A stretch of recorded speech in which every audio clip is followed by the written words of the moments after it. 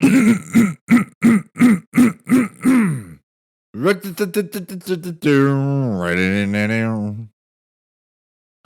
rocking and rolling. We're going in, rolling in, smoking and doing it. It's Tuesday, December 31st at 8:47 p.m. New Year's Eve. We're just going to roll on through the entire new year and we're just going to catch the new year live on the mic. Yeah. Throwback to the summer episodes where I used to record 3 episodes a day. I did that like 3 or 4 times. Record like 4 to 5 hours, 3 separate episodes in one day. They're always distinct and unique in their own way. So what are we going to do in this one?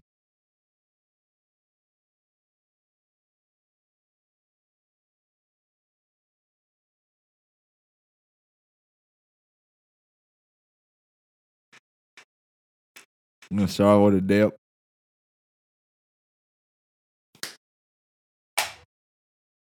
An episode I wanted to do quite a while ago was I heard Joe Rogan talk about a while ago, like a long time ago, about, and I found this kind of odd. I never really thought about it until then. I haven't given it much research at all until this very moment, actually. So this is what I kind of like.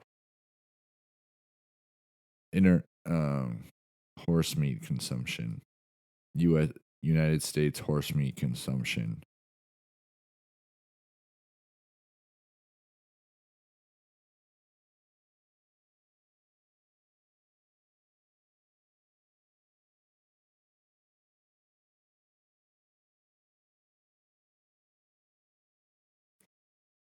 Because you got to think, there's a lot of farms out in this country, in the United States. Just in this state alone, Wisconsin. So you got to think, what do they do? Like, if somebody has, because my aunt has a few horses, not for any particular reason other than she likes having horses, you know? So what does she do when one of the horses dies? What does she do with the carcass?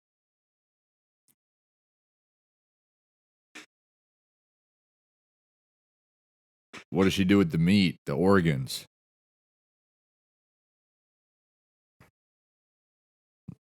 Does nobody wonder this? I know in France that they just eat the fucker.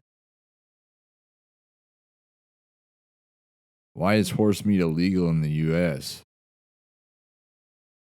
What the fuck?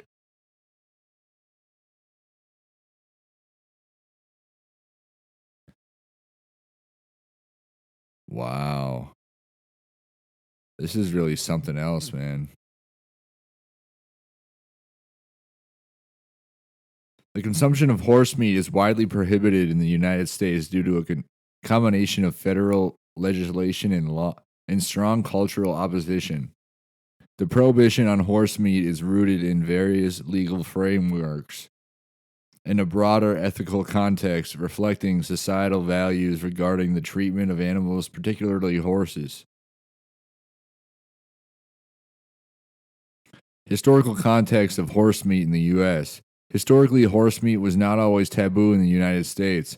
During periods of food scarcity, such as the Great Depression and World War II, there was a modest acceptance of horse meat such as an alternative protein source. However, as the cultural perception of horses evolved, driven by their role in transportation, agriculture, and entertainment, public attitudes shifted. Horses became symbols of freedom, companionship, and sport, contributing to the gradual decline of horse meat consumption, much like dogs. By the latter half of the 20th century, opposition to horse slaughter and consumption became more vocal, fueled by animal welfare advocates and a growing awareness of ethical considerations. The shifting perception contributed to the creation of legislation aimed at protecting horses from slaughter. Federal laws regulating horse meat. The regulation of horse meat at the federal level encompasses a range of laws and policies designed to restrict the slaughter and sale of horse meat for human consumption. Among the most significant pieces of legislation are the following: the Horse Protection Act, HPA of 1970. The act was enacted to prevent the soring of horses, a cruel practice involving the infliction of pain to enhance performance in shows and competitions. Although not directly targeting horse meat, the HPA laid the groundwork for federal involvement in the protection of horses. Federal appropriations legislation. Since 2007, Congress has consistently included language in federal budget bills prohibiting the use of federal funds for horse slaughter inspections. Without these inspections, horse slaughterhouses cannot operate legally, effectively eliminating the possibility of producing horse meat for human consumption in the United States. The Safeguard American Food Exports SAFE Act. This proposed legislation seeks to ban the slaughter of horses for human consumption entirely and prevent the transport of horses across the U.S. borders for slaughter. Although not yet passed, it reflects the ongoing efforts to strengthen the federal framework against horse slaughter. These laws and policies collectively reinforce the United States' stance against the production and consumption of horse meat, driven by both legal and cultural factors. State-specific regulations on horse slaughter. So now we have just 3 states specified in their horse slaughter regulations. In addition to federal laws, various states have enacted their own regulations to restrict or prohibit horse slaughter, further reinforcing the nationwide ban on horse meat for human consumption. These state-specific laws reflect a combination of public sentiment and a broader commitment to animal welfare. California. In 1998, California passed Proposition 6, known as the Prohibition on Slaughter of Horses and Sale of Horse Meat for Human Consumption. This law criminalizes the slaughter of horses, ponies, donkeys, and mules for human consumption, as well as sale, possession, and transportation of horse meat for human consumption within California. Illinois. Although Illinois once had a horse slaughterhouse, state legislation has since banned the practice. The Illinois Horse Meat Act, parentheses 510 ILCS 30-1, 30/1, dash 30/3, end parentheses, makes it illegal to slaughter horses for human consumption or to import or export horse meat for human consumption. Texas. The state has also enacted laws to restrict horse slaughter. Texas Agriculture Code Section 149.002 prohibits the sale of horse meat as food for human consumption, reinforcing the state's prohibition against horse slaughterhouses. These state-specific regulations align with federal efforts to limit the slaughter of horses, creating a comprehensive legal landscape that underscores the United States' position on this issue. Ethical and cultural reasons for the ban. The prohibition of horse meat in the United States is influenced by deeply rooted ethical and cultural reasons. Horses hold a unique place in American culture, symbolizing freedom, strength, and companionship. This symbolic significance contributes to the ethical considerations that have shaped public opinion against horse slaughter and consumption. From an ethical perspective, animal welfare organizations have played a critical role in raising awareness about the treatment of horses in slaughterhouses. The Humane Society of the United States and other advocacy groups have highlighted the cruelty of inhumane practices often associated with horse slaughter, leading to increased public outcry and support for stricter regulations. Culturally, horses have been celebrated in American history, folklore, and entertainment. Their role in the American West, sports, and as companies has solidified their status as beloved animals, further fueling the opposition to consuming a horse meat. specifically the Denver Broncos and the Houston Texans. Impact of the ban on the horse meat industry. The ban on horse meat has had a significant impact on industries related to horse slaughter and meat production. With federal and state legislations effectively prohibiting horse slaughterhouses for operating, the horse meat industry in the United States has largely ceased to exist. This has led to several notable consequences. Closure of slaughterhouses. A lack of federal funding for inspections and state bans on horse slaughterhouses have resulted in the closure of existing facilities, eliminating the production of horse meat for human consumption within the United States. Shift towards horse rescue and rehabilitation. With horse slaughter no longer a viable option, there has been an increase in organizations dedicated to rescuing and rehabilitating horses. These efforts focus on rehoming horses that might otherwise be at risk of slaughter. Cross-border transport of horses for slaughter.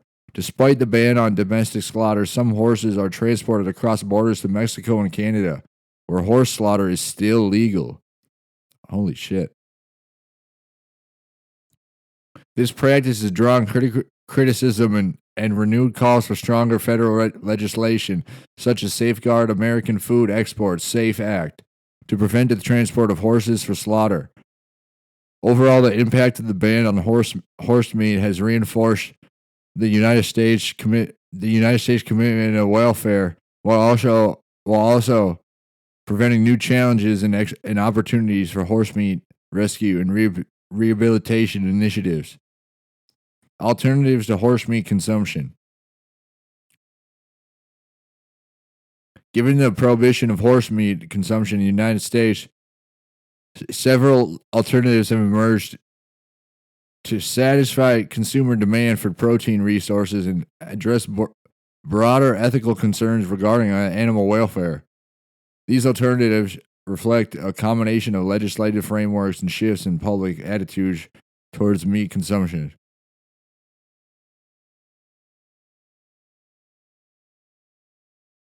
Anyways, plant-based protein. A significant trend in response to the restrictions on horse meat is the rise of plant-based protein products. Companies such as Beyond Meat and Impossible Foods offer plant-based meat alternatives which align with ethical considerations surrounding animal welfare and environmental sustainability. This shift towards plant-based diets has gained traction in the United States, further reducing demand for traditional meat sources. So this basically is stating that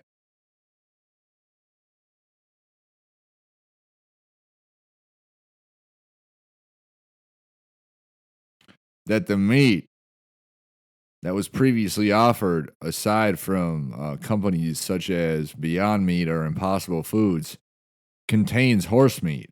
Why else would they talk about this?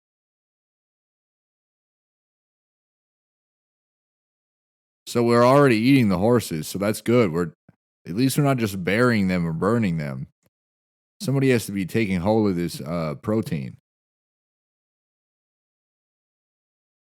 I know a few guys I went to high school with who would agree with me. They would think it's quite a waste of protein, the horse meat, even the internal organs in the brain. Cultured meat. Also known as lab-grown meat, cultured meat represents another alternative to traditional animal-based protein.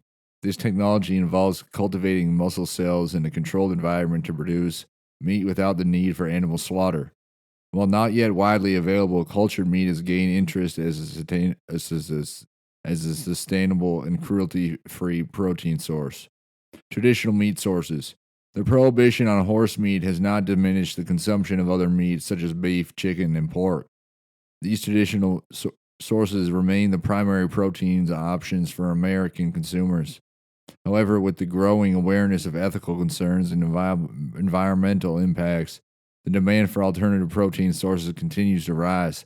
The movement toward alternative protein sources reflects changing consumer values and the ongoing focus on animal welfare. While horse meat remains banned in the U.S. These alternatives provide a pathway for a more sustainable and humane approach to food production. But what the fuck are we even going to do with the meat, though? Conclusion: the future of horse meat laws in the U.S. The future of horse meat laws in the United States is likely to continue along the path of prohibition and increased regulation. Federal and state legislation have firmly established the legal framework against horse meat slaughter and consumption, reflecting cultural values and ethical considerations. However, the ongoing transport of horses across U.S. borders for slaughter highlights areas for further regulatory tightening. Hold on tight, baby. The Warlock is tight and hunting ER, baby. Destiny 2, baby. Bungie. Let's go bungee jumping, baby. You ever played as the Warlock? That's the best one. The Warlock is tight and hunting ER. Titan Hunter. Nerd. The proposed Safeguard American Food Export Safe Act, which seeks to ban the slaughter of horses for human consumption and prevent their transportation across U.S. borders for this purpose, represents a potential legislative development that could strengthen existing prohibitions. If passed, this act would reinforce the nation's commitment to preventing horse slaughter and promote alternative options for horse welfare. I thought it said warfare. As public sentiment continues to favor the protection of horses, but not the protection of starvation, and the demand for alternative protein sources grows, the legal landscape is expected to maintain or expand the current bans on horse meat. This shift towards plant-based diets and other alternative protein sources is likely to shape the future of meat consumption in the United States, reducing the need for traditional animal-based meats. In conclusion, the United States legal framework against horse meat consumption is grounded in both cultural and ethical reasons. The trend towards alternatives reflects a broader societal shift towards humane, sustainable food production with a focus on protecting animals from harm. Specifically, horses that die of old age that you have on a farm and you don't know what the fuck to do with it.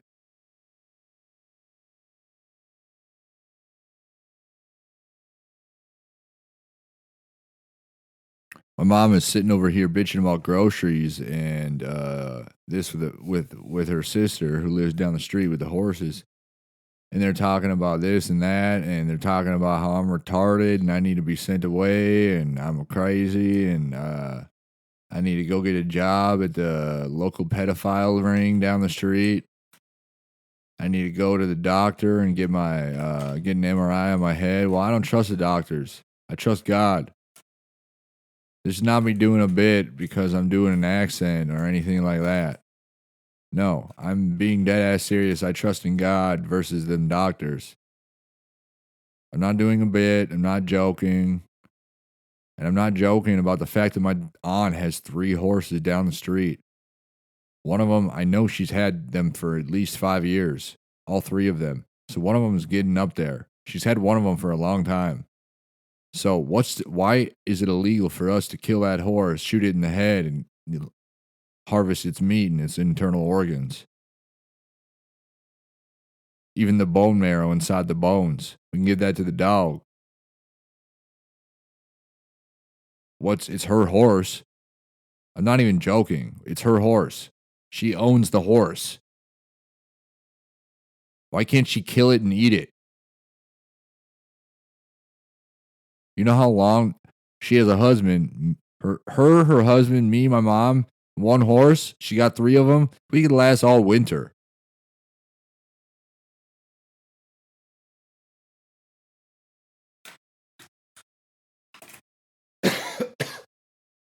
Actually starting to piss me off.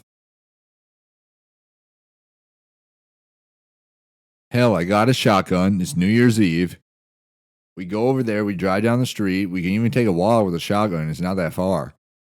It's New Year's Eve. If they're lighting fireworks in the little town of Wisconsin, just go pop one in the head, right in the head.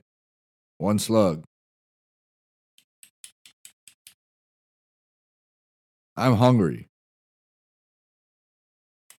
I know. I hope we'd have to ask if we could maybe borrow Shitleg's freezer he has. He still has it plugged in, of course. Fucking retard. But I know in France that they like to eat the horses. Let's look that up. United United States horse meat consumption. France horse meat consumption.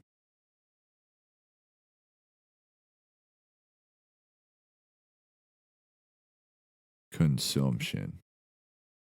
Consumption.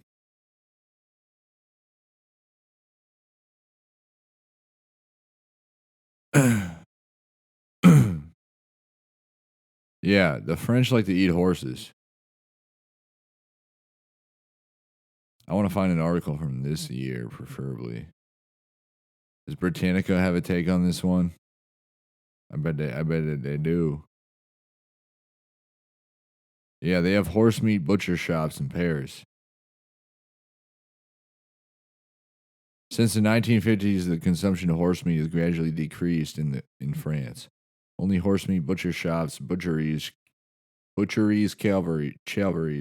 were allowed to sell horse meat. In the 1990s, the law made this more flexible, and it is now possible to find horse meat in French supermarkets and other.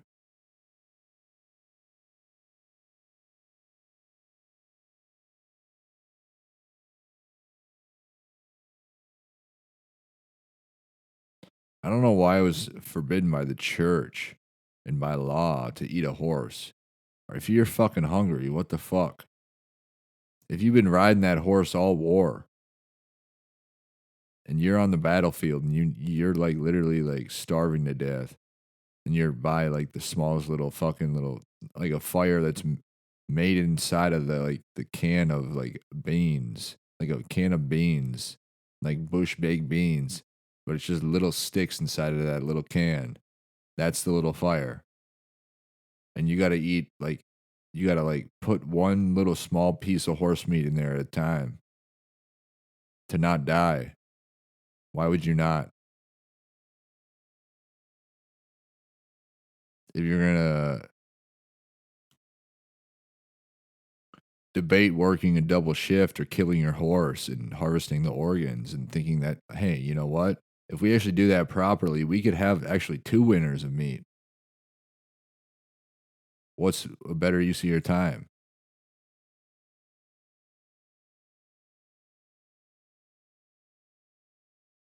Working for $100 or harvesting the entire horse properly with a like a cooler full of like at least 3 coolers full of ice.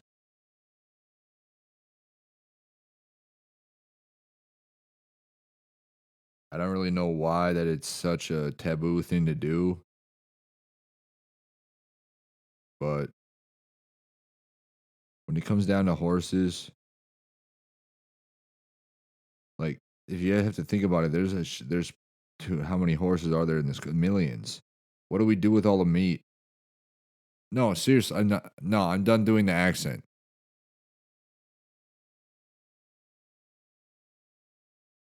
What do we do with horse meat in this country?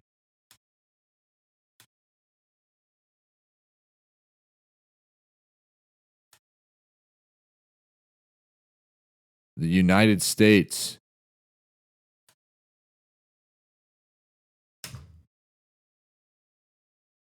We just fucking feed it to the what? What do we do with it? It's only partially banned in the U.S.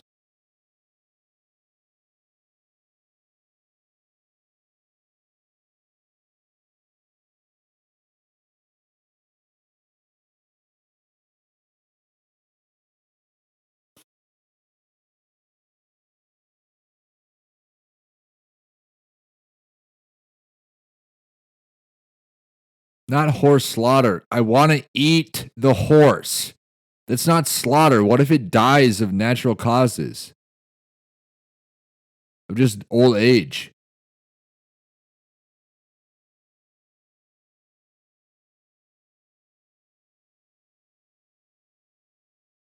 Britannica doesn't have a take on this? Britannica. Britannica.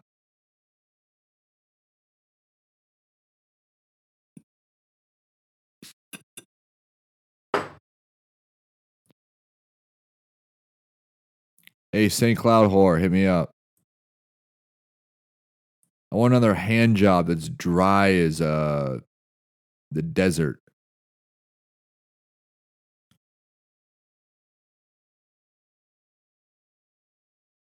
But I don't really understand why you can't eat. Like, why is it illegal to eat horses?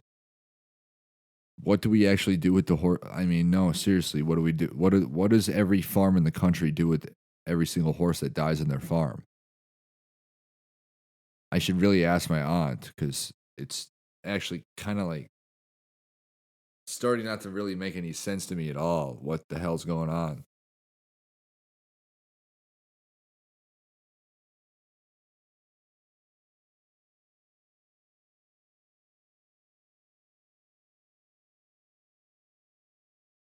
All right, I need a cigarette and I need another drink for this one. I just don't really understand if you raise the price of pretty much everything in the country and you specifically the groceries and you restrict the horse meat consumption laws. Doesn't really seem like you're working for the people, yet you've been voted to work for the people. Seems like you're working against them and the horses. Because you really got to think. Because you really got to think about like resourcefulness.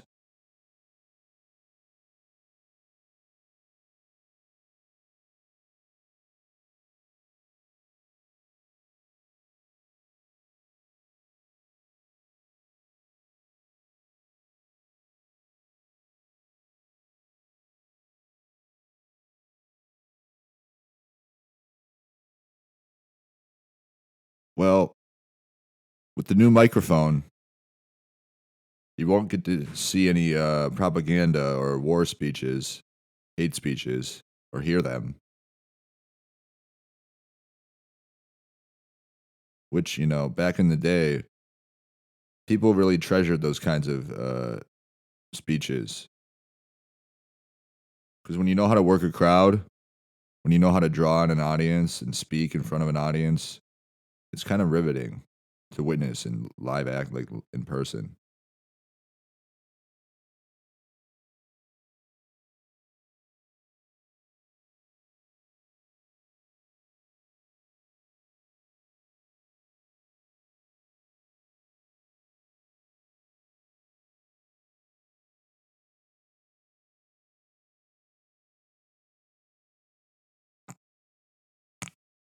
Anyways, I'm genuinely curious what is done. Like, I feel like it's almost so much more of a hassle to get rid of the horse than to properly store the meat and the organs like the natives did back in the day. The natives would literally, anytime a buffalo died or they killed a fucking another Indian from a tribe, they harvested and used all the bones even as like trinkets and tools. They turned the bones into tools to use. What do we do with the horse now?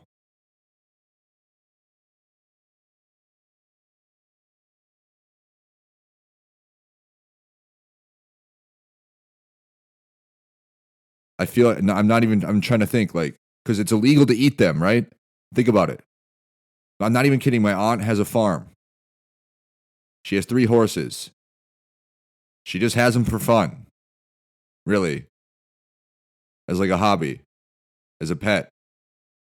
They don't come inside or anything, so they're like outdoor pets. So are the cats.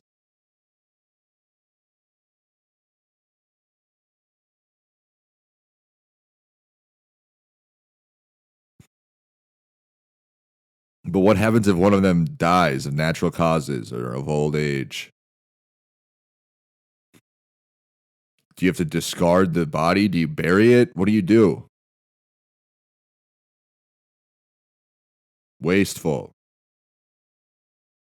Oh, I'm gonna let the dog into the room. So you basically would probably have to pay somebody, right, to come pick up your dead horse, or do you have to bury it or burn it or eat it? That'd be the that'd be the smart way to go if you're trying to like feed your family for a winter. You know, in Alaska, I used to watch Life Below Zero, and on that show, there's a couple people up there in like the northern parts of Alaska that like live remotely. They don't have any way to get to the supermarket. Hunting an animal is the only way that they can survive. Literally, like moose or caribou. That's all they got up there. They don't have any elk. They don't have any deer in Alaska. So it's moose or caribou, really, or werewolf or bear. But that's pretty rare. Or a wolverine, that's pretty rare too. So one moose can last them an entire winter. And winter up in Alaska is like 8, 9 months. So if they shoot a moose, that's like in the when they have the Life Below Zero seasons, there's like a lot of them. There's like 12 or 13, maybe 14 by now. Whenever they shoot a moose, it's like the biggest moment in the entire season.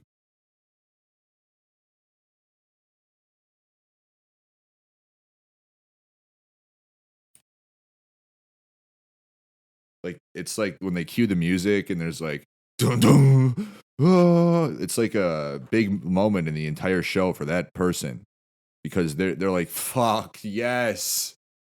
It's like being given like 10 like groceries for like 9 months for your entire family in one shot. Then you gotta haul that fucker. That's the problem, especially with that guy Glenn. The guy Glenn on Life Below Zero. He doesn't use any form of like machine other than a gun. He will never use a chainsaw to cut down wood. He uses like a fucking axe or a saw, like a hand saw. No machines, not even with any batteries or anything. He doesn't have any power out there. He just has a wood burning furnace, and he he stores his meat in the ground, or what? Some crazy shit, or up in the air. I don't even know. One of the two. Not in the ground because the bears would get to it. But it's winter, so they're hibernating. So I think he actually does store it in the ground. He stores it like if he shoots a moose or a caribou. But the thing is, he doesn't have like a snowmobile like some of the other people up there. Like one of the dudes who lives on a not a whatever the fuck they are.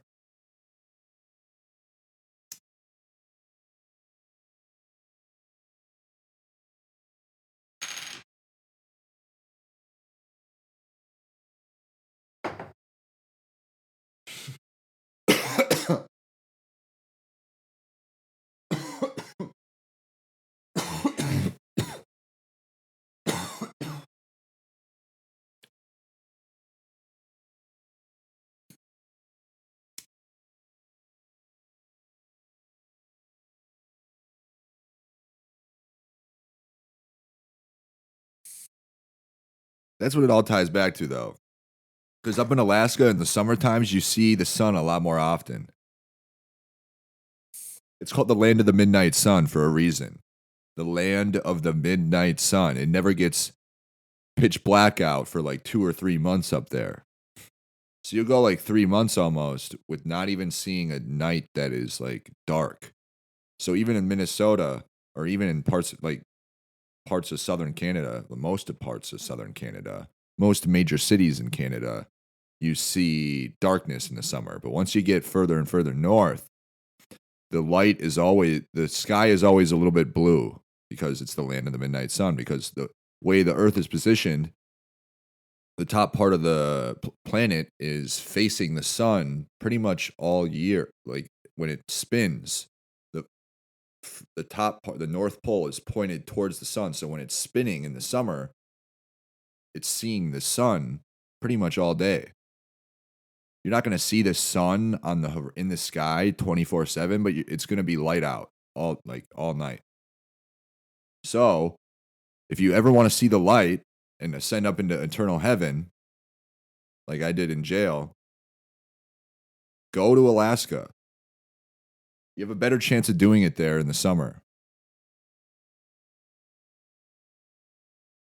Not in the winter. I wouldn't recommend doing it in the. You're not gonna, unless you got a place to stay and a light, like a ceiling fan.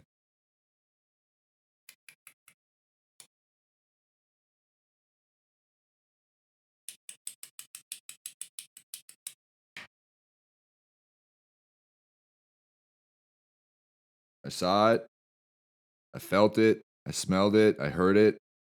Everything on the other side. So go listen to all the other episodes where I talk about it in every episode. I talk about it a lot. So I figured I'd,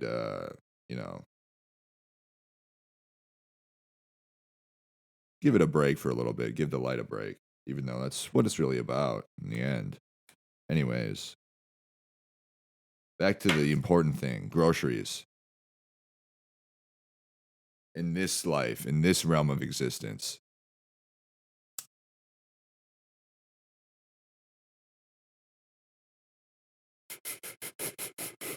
that's the thing to focus on.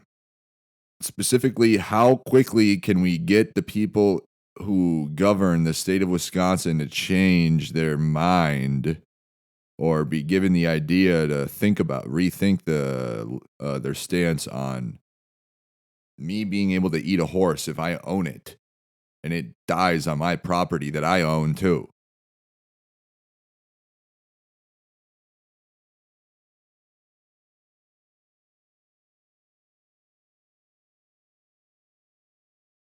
So you're gonna not let me go to work because of a fucking fake flu that you cooked up in China with China, so you could be illegally bribed to buy stock in Moderna and Pfizer.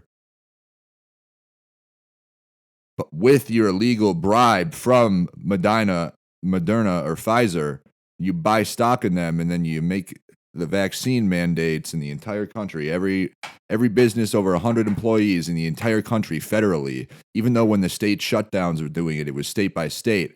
So when you shut down businesses, small businesses who need to fucking feed their families, when you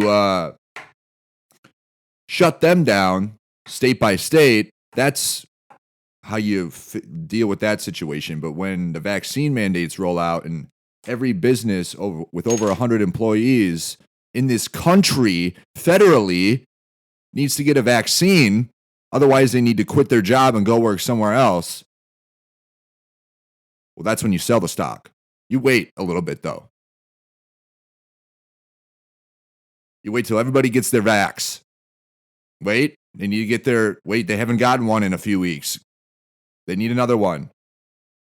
You just do that for a couple years, and then you sell your stock.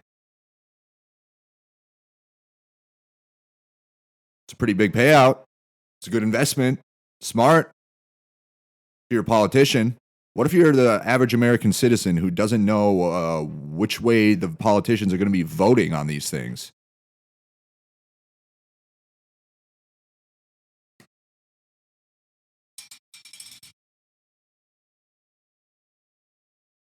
What do you do then? What if a gallon of milk is $12?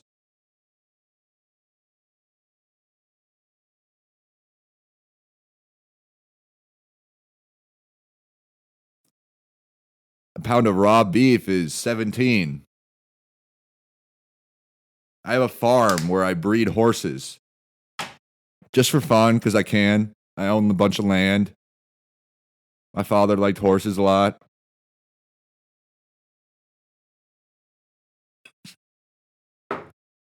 My father, I think he might have liked horses a little bit too much, if you know what I mean.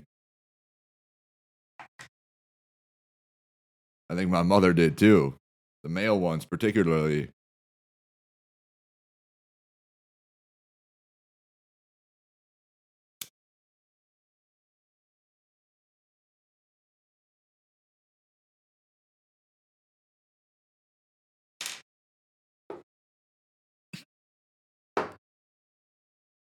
They shut down me and Michael Vick's bestiality porn website. So I'll have to get that up and running next year. This year. Maybe next year. We might have to wait a year on that one. Happy New Year. But imagine like growing up on a farm with a bunch of horses, and you actually you did, what is it? What is it called when you're in high school and you take a couple of courses or college in like a different country?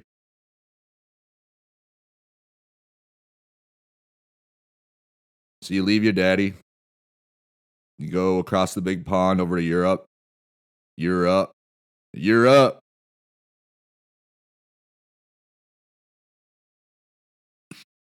You spend some time over there. Spain, the conquistadors.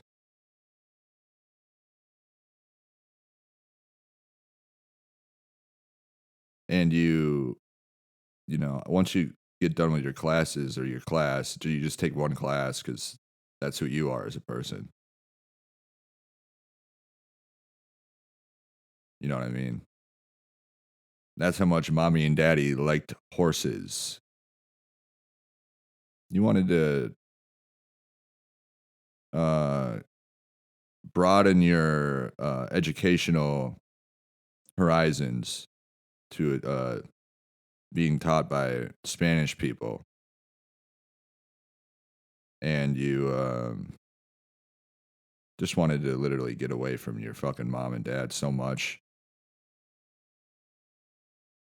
But you have a French boyfriend in Spain, and he hears about you talking about your horses and your daddy's horses and your mom doing OnlyFans with the horses.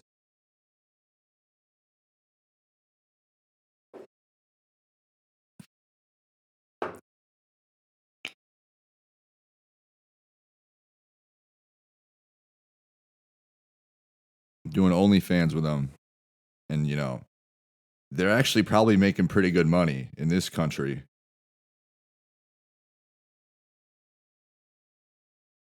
People like that kind of shit nowadays. It's like a niche market. And once you got a couple of, like, a few, like, loyal customers who like your work, who appreciate the value of the product that you're bringing to them, not me. All my podcast episodes are free because I'm not going to bleed the American people dry of their hard-earned cash. Not yet. No, we might wait a while for that one when things are really, really, really, really getting desperate.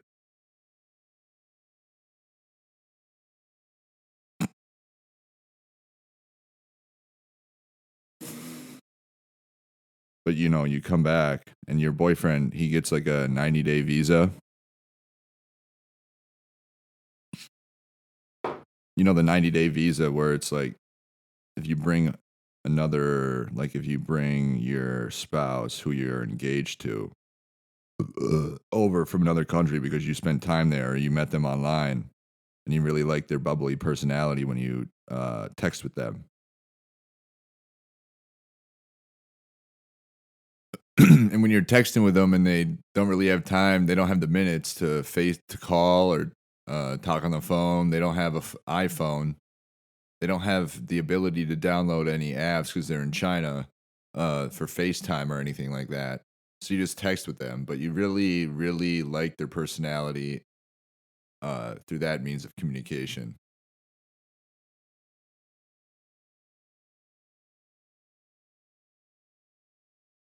And you bring him over from, well, you visit his family in France where they invite you to their version of Thanksgiving.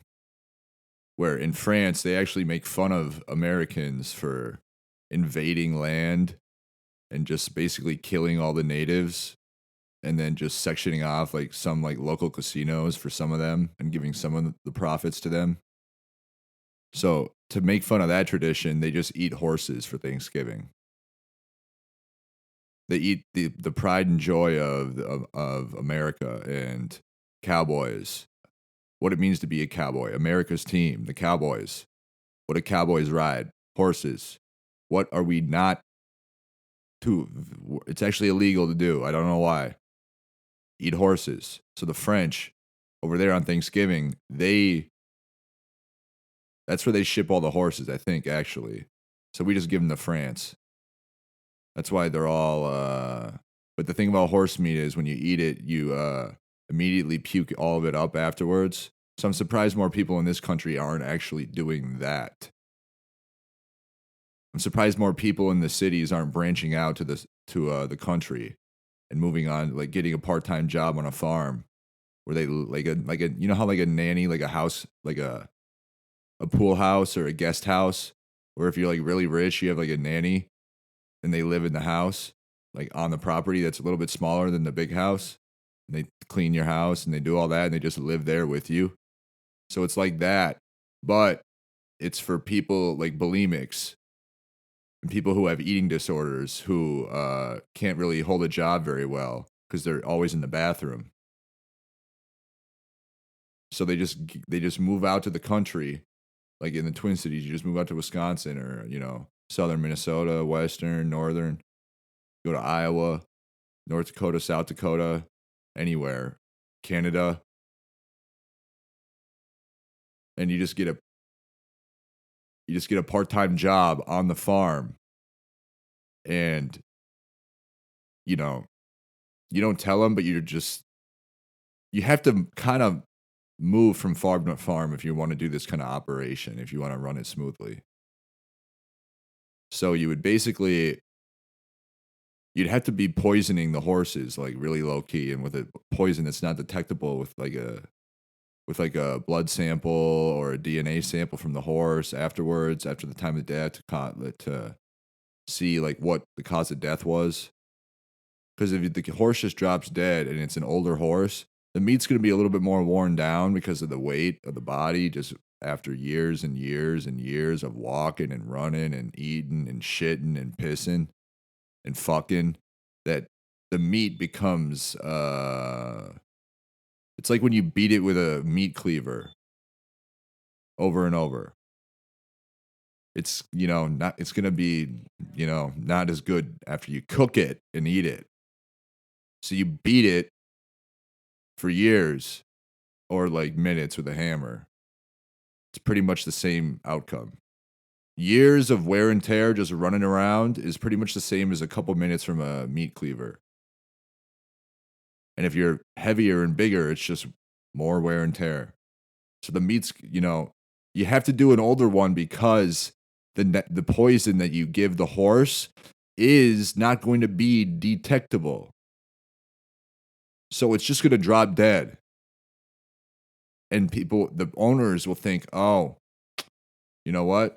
Fucking A, man. It's just our old horse. He just died. His lungs collapsed or something. The weight of its back, all the meat on its back, like crushed its internal organs.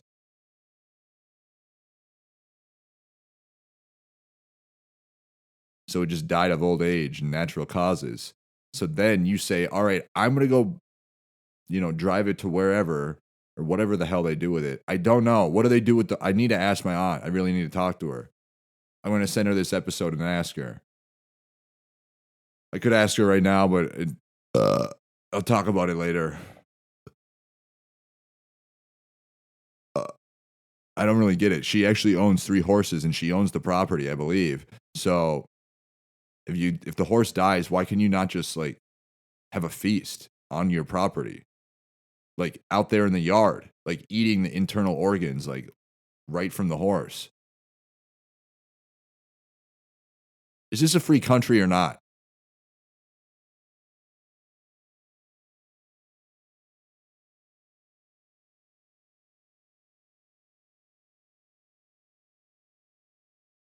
I've never had horse meat.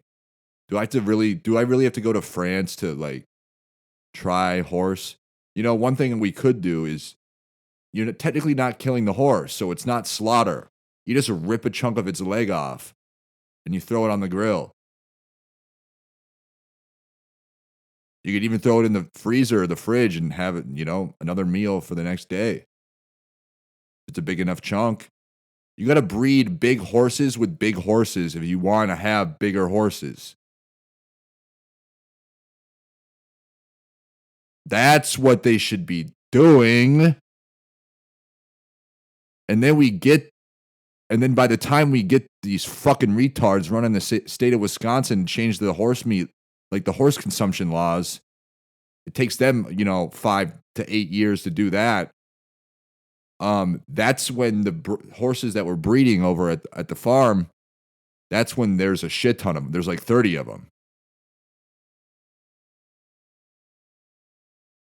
Then you're golden. You just need quite a few freezers, enough power. You don't want to, have a power surge like the critters. You don't want the horses huddling up around the power surge protector in the barn, where you have their mother and father in the freezer right there next to their stable. It's getting cold now, though, so you'll probably just be able to leave the meat outside. You won't even need the freezer, so never mind.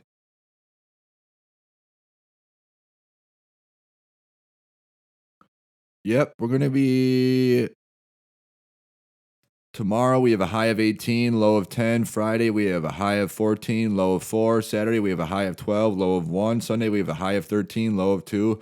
Monday, we have a high of 18, low of 4. So we could just leave the meat outside. We don't even need to buy any freezers. My uncle would actually be very happy about that. Now we don't have to go to the grocery store. I know he hates the horses too. That's the thing. He fucking hates them. He wants nothing to do with them. But I think he would like the breeding idea a lot, actually. I'll do all the dirty work. You know what I mean? You can just sit in your house as long as I can have some meat. And that's all I'm going to say about it. We'll just drop it from there, all right? I might even need to change the entire episode. I might not even release this one. You know what I mean?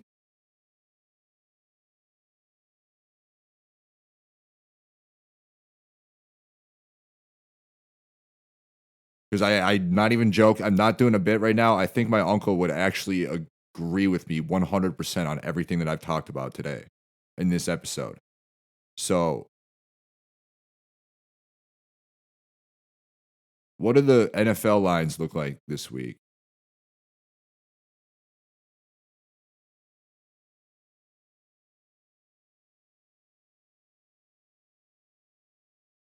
I know I said I wasn't going to bet on the last week of the NFL because I don't really like to do that.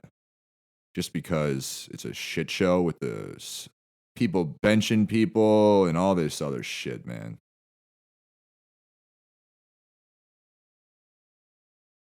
Dude, what is happening?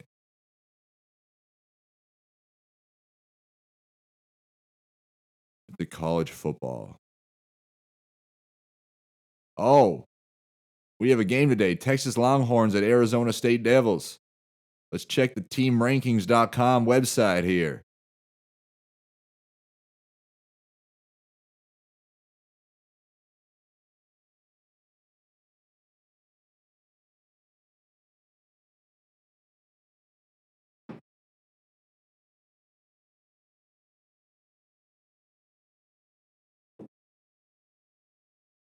Vikings are the best team against the spread this year so far. Detroit's 11-5, Minnesota's 11-4-1, so they had one push.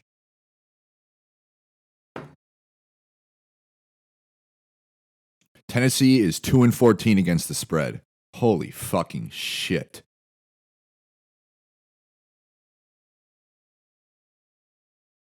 Who do they play this week? The Houston Texans are -1 against the Tennessee Titans. How is Houston this year against the spread? This is how I used to do the episodes, and now I just usually just boom, boom, boom, just tell you the bets. Now I just do the research before and try to keep them short and light, but I'm really interested in that idea that I just had about the lines this week in the week 18 of the NFL.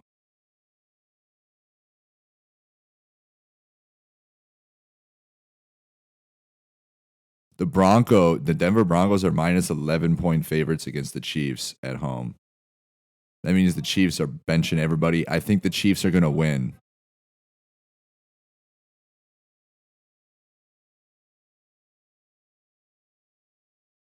The Denver Broncos need to win to make the playoffs, and that's why they're 11-point favorites, because the Chiefs are benching everybody, and the Broncos literally need to win. They need to play their best game of the entire year.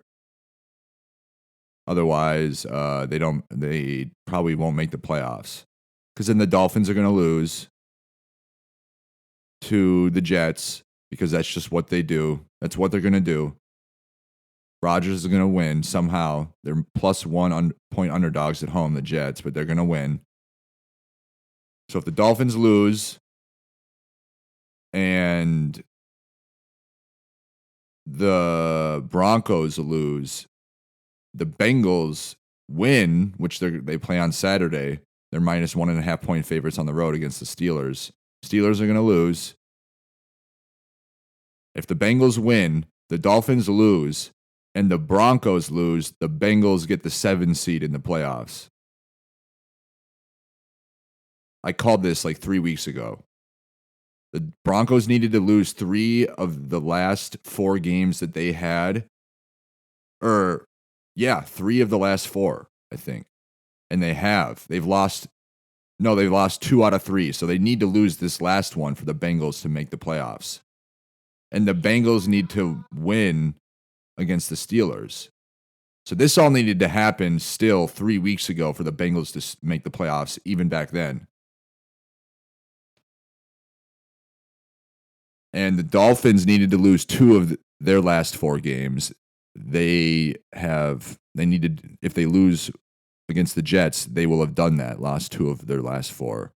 The Broncos needed to have lost 3 of their last 4, I believe. And the Colts needed to lose 2 of their last 4, and they already did that. So the Colts are out. Dolphins need to lose 1 more. Broncos need to lose 1 more, and and the Bengals need to win, and they're in. And I'm calling it right now. The Broncos are going to choke this game away against the Chiefs backups. Sean Payton doesn't have it in him. Whoever is running the show in Denver doesn't have it in him. He doesn't know how to put a team together, like a successful coaching staff and roster together, like depth chart. He just doesn't know how to do it. He doesn't know how to hire the right GM to do that job.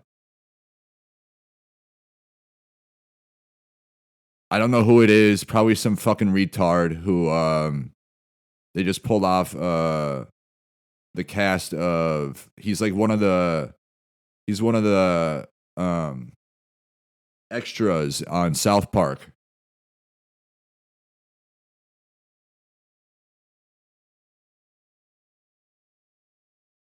But I think that they're going to lose to the backups for the Chiefs. The backups on offense and defense, because the Chiefs are already 15-1. They already locked up the 1 seed, so they got a first-round bye, so they got 2 weeks off, the starters. Actually, almost 3.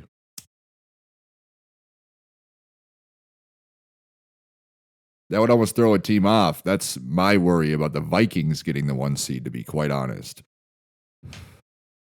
But they're not benching their starters week 18, the final week. So the Chiefs starters are going to have that extra week of sitting around not playing football. You know, kind of when you have almost 3 weeks off, it kind of throws you off a little bit. At least that's what has happened to some 1 seeds in the previous playoff years. But 51-34 on betting on the NFL this year. I have been 51-34. That's actually 60%. I need to go 15-0. That's 85 bets. I've 51 out of 85. So 15 more to get to 100, and that would put me at 66. So that'd be 2/3. or just under 2/3. So I need to go 15-0 on the NFL in the playoffs to get 66% of my bets this year, which I think I'm going to do. Personally, the grace of God grant me the strength, the serenity, the acceptance, the courage to change the things I can. Like me and all the listeners who want to suck my bookie dry of all their funds, click the link below. No, I don't work for them. Deposit $50 to $200. I get a match on your first deposit. Your first deposit, I believe. So just click the link, deposit anywhere from $50 to $200. Do the bets that I say, because if I were to just listen to the bets that I said to myself to bet on for the podcast episodes, the betting episodes, then I'd have a lot of money. You know what I mean? But I live bet sometimes. That's where I fuck up. So even I do that after 5 years of using this website and doing this. I start live betting because I'm like, oh, this team's going to come back at halftime here or whatever. And if I were to just do the bets that I talk about on the podcast episodes, I'd be fine. So I need to listen to my own advice, is what I'm trying to tell you. I want you to win money, and I want you to help you out with your bills and whatever. Help me out if you click the link. No, I don't work for them. This is this piece, whatever. Click the link thing. But I did a little bit of light research because there's 3 college games on today. And I don't bet on the college football that much. But this one bet looked very nice when I looked up NCAA football on teamrankings.com. I love this website. Odds and trends, team trends for the NCAAF. And if you go to against the spread, Notre Dame Fighting Irish are 10-2-1 against the spread this year, covering at 83.3% of the time. And they are playing tonight. They are playing the Georgia Bulldogs at 7:45, or maybe that's 6:45. Georgia Bulldogs are, where are they? They are 4-9 against the spread this year in the regular season in the playoffs. 4-9 Georgia Bulldogs covering at 30.8%. They cover against the spread, so they're 4-9. Notre Dame is 10-2-1. So Notre Dame is -1 at -110 odds on the website, and probably most sports books. You can get the money line at almost the same exact odds. That would be my bet if you're looking to bet on anything at all today. Just based on the stats, Notre Dame is 10-2-1 against the spread this year. Georgia is 4-9. If you want to do the money line, because -1 Notre Dame, if they win by 1, that bet is a push because it's -1, not -0.5 or -1.5. If it was -1.5, the Notre Dame Fighting Irish would have to win by 2 to cover -1.5. -1, they still have to win by 2 to cover the bet for you to win money. If they win by 1 and they're a -1 point favorite and they win by 1, that's a push. You get your money back from the bet, but you don't win any money. So just go the money line, -113 odds. It's just like 3 odds higher than -110 at even odds. I would just go the money line. And that's all you need to know. There's another episode in the books, baby. Hit me up if you're serious about that.